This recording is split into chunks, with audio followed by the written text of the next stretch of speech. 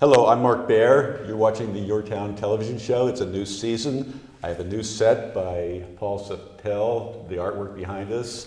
My guest today, Nicolette Eason Trottier.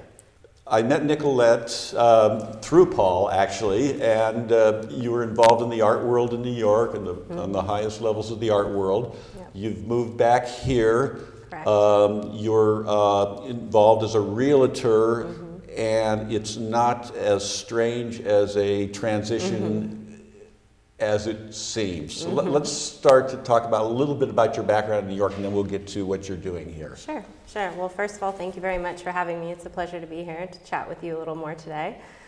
So I grew up on the peninsula. I'm a native of Pacific Grove. My family's been here for about 5 generations, but I've always been drawn to urban areas, possibly because I grew up here, and this is quite the opposite of that. I lived and worked in New York for quite a while, and I worked in the arts there, as you said.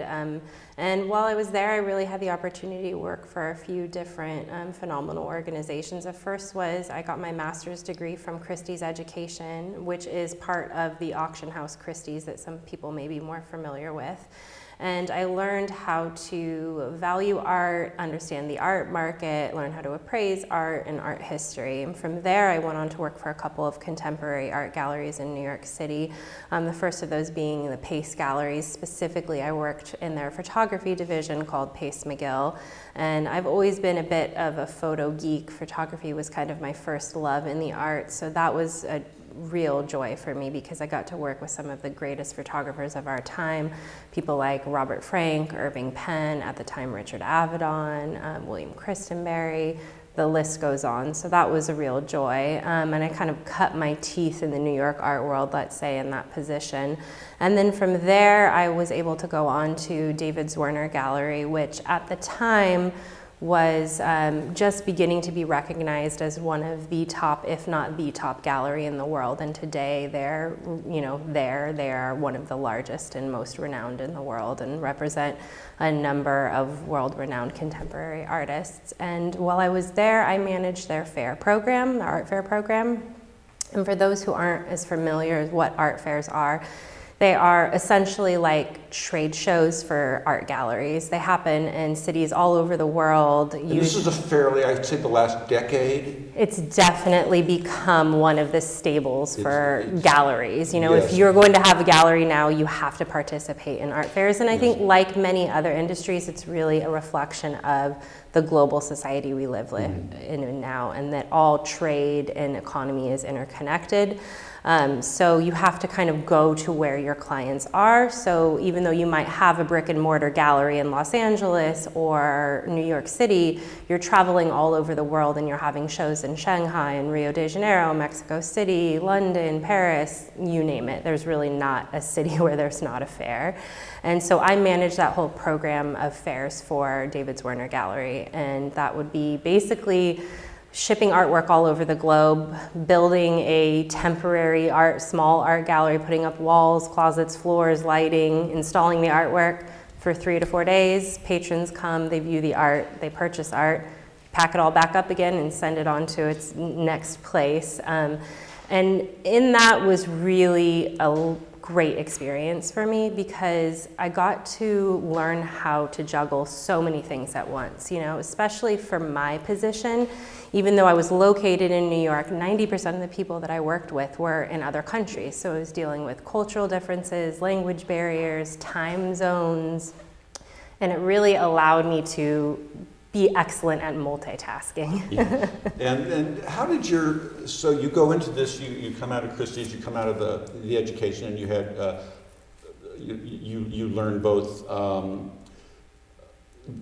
the business, the art and the business end of it.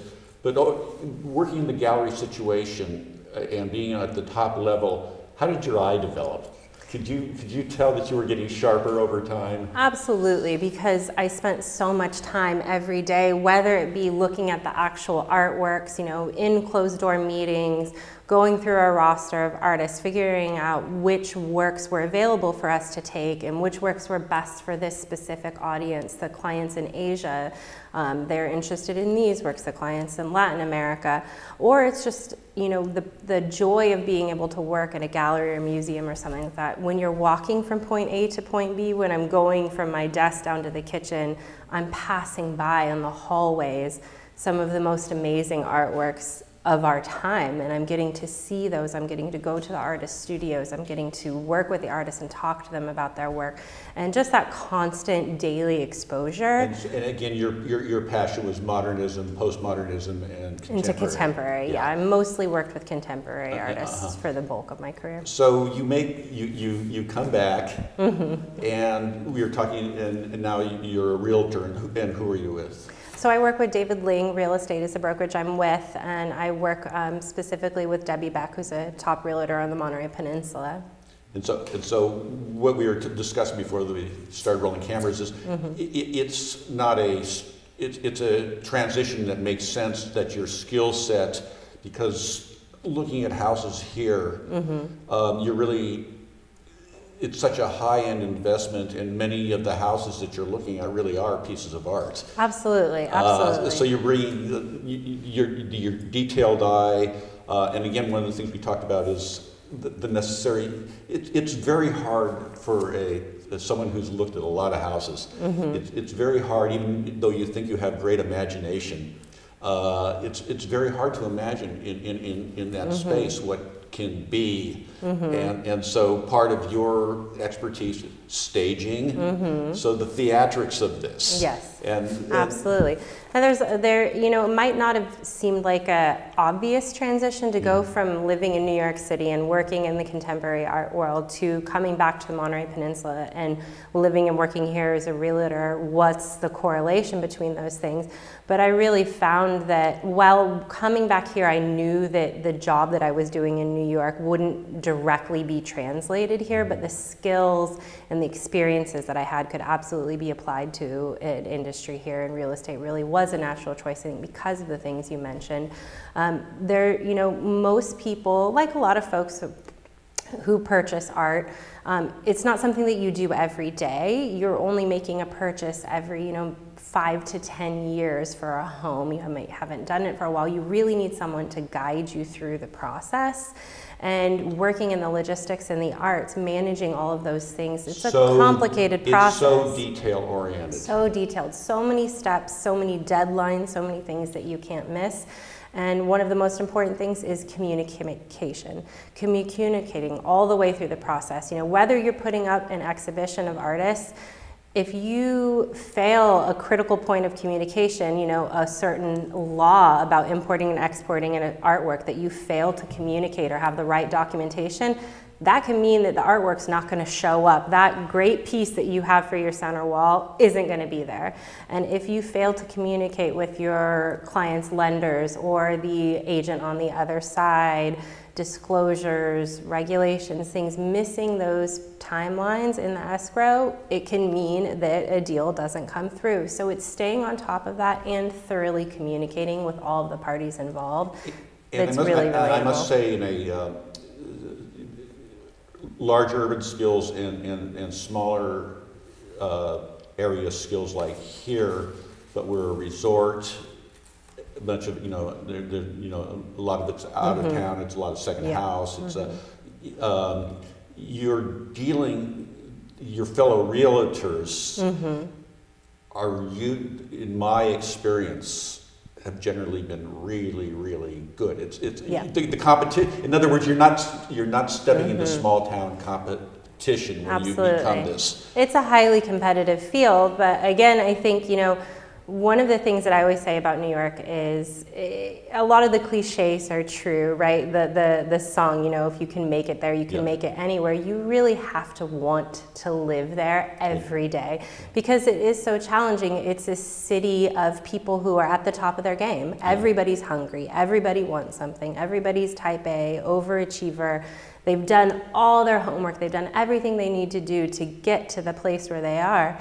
And so it really primes you to be at the top of your game all the time. And I find the same thing here on the peninsula. It's invaluable to Yeah. do the, you'd have a very, I just know how competitive the realtor world is here. And they're really, really good and really, Yeah. really smart. And you have to know your stuff. And they work really, really hard, and it's very, very detailed work.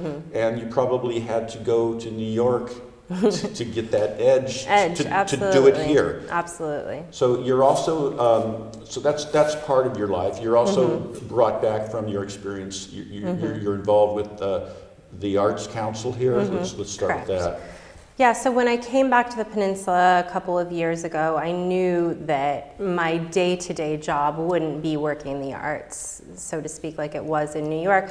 But the arts and history really are a passion of mine, and they always have been and they always will be. So I was looking around, how do I incorporate that into my life? How do I use my skills and my experiences to help the community around me and to fulfill that part of my life that I need? I need the arts in my life every day. So I'm involved with the Arts Council for Monterey County. I serve on their board of directors, and I also chair our annual Champions of the Arts Gala, which is taking place this February. It happens annually. February 1st, I believe. February 1st. Yes. Tickets are on sale now. Yeah. Purchase your tickets. It's going to be at the Portola I got my Hotel in ticket. Monterey. Yeah, and it's a really amazing amazing event. It's where we honor people in Monterey County who go above and beyond in the arts in their everyday life. So educators, philanthropists, organizations, folks like that who really are championing the arts every day, and we need more people like that in our And lives. first of all, it's a great dinner, and also you realize what an intense, speaking of which, creative community this is. Yes. Yes. And somebody like, again, we've had discussions on how community dynamism is created and how why some art communities thrive and others don't thrive. And again, the Arts Council has been, Pivotal part of that. a Absolutely. pivotal part of that. We really see ourselves as a conduit for that. If you are a creative person, if you are an artist and you are looking for, you want to collaborate with someone who does film, but you are a musician, you can come to the Arts Council and we can make those connections. But we also provide those connections in that we provide about 80 grants a year to different organizations. And it's a truly amazing experience during our grantee receptions where you see folks coming together, artists, organizations who normally wouldn't have made that connection with one another, and they're there and they're collaborating. So we really want to be that bridge throughout our community to bring the arts together and to make it more accessible for everyone and to enrich the lives of everyone in Monterey County. I've always through the arts. believed that talent isn't as rare as infrastructure for the arts. Yeah. Wherever I've gone, I've met a lot of creative people, but there hasn't been the communication, the wherewithal, the tools necessary to create dynamism. Yeah. And that's what the Arts Council mission has been. Absolutely. We want to be that bridge. We want to make those connections and provide that support either through grants or arts education, we provide a grant every year to a small handful of emerging artists. So we really want to make it easier for people to have the arts in their lives and then to make the arts better so that it can enrich everyone's lives. And let's get to your work with state parks. Sure. I also, another organization that I work with here on the peninsula is the Monterey State Historic Park Association, which is a bit of a mouthful, I know. It's MISHPA is the abbreviation. And we are the cooperating association to the Monterey State Historic Park. We are the organization that oversees the restoration, the promotion, the education, the interpretation for a number of the historic adobes that are located in downtown Monterey. So I serve on their board of directors, and I also serve on the committee that plans the annual Christmas in the Adobes event, which is also coming up, and tickets are available. And it's an amazing walking tour where you get to tour 23 historic adobes throughout downtown Monterey, a number of which are privately owned and operated and are closed to the public. So your only opportunity to view these beautiful historic homes is during our 2-day event, which is happening December 13th and 14th of this year. And I also sit on the committee for the restoration of the California's First Theater, which is a great passion project of mine to restore and reopen the First Theater, which was in California. So that directly ties to the arts, to bring that back to the community and to eventually, hopefully one day, have theater programs back in that building. So yeah, that's how's that going? So we're just at the beginning of that. We are estimating we're going to need about $2 million to do the work that's needed to be done and to reopen the building. It's been closed for a little over 2 decades. So I know it's a beloved building and the community really wants to see it open. We're very fortunate this year to be accepted into the MC Gives program, which is a campaign that runs through the end of this year. And so if anyone wants to donate, you can go to mcgives.com and look for MSHPA, and you can support the First Theater that way. We're also going to be having different fundraising activities over the next couple of years. But a huge milestone for us is that we recently received a Save America's Treasure grant, which is huge. We received a grant for $194,000 to begin work on installing a French drain.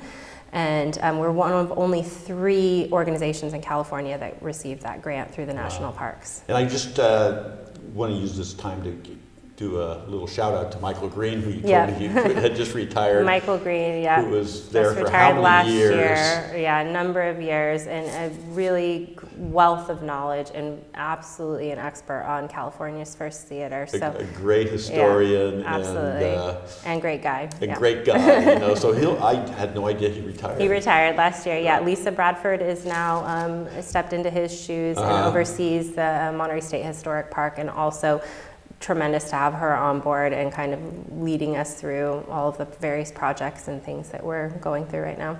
And I guess I want to use the moment to congratulate Greg Hawthorne to be this year's champion of the arts. Yes, he's our champion of the arts, absolutely. And he's a champion of the arts here. And again, as we talked about, as a gifted artist, but also as artist, as entrepreneur, which is, as we were talking before the show, is where the future has to go. That you can't be an artist and not be an entrepreneur in this day and age. Yeah, I think that, historically, if we look back, and I think like many industries, the barriers to entry to starting your own business or creating a company are so high now, right? Especially in a place like Monterey Peninsula, where the rents are high, the costs to just open your doors are so up there, that we see less and less folks doing things like that. And we see more avenues for artists being able to champion their own work. There is a little bit of a vacuum there because the galleries used to provide that support. They used to provide that mentorship and provide that eye, or the tasks that need to be done so that the artists can just create their work. I'm with Nicolette Eason Trottier. I'm Mark Baer. You're watching the YourTown television show, and we'll be back. Thank you.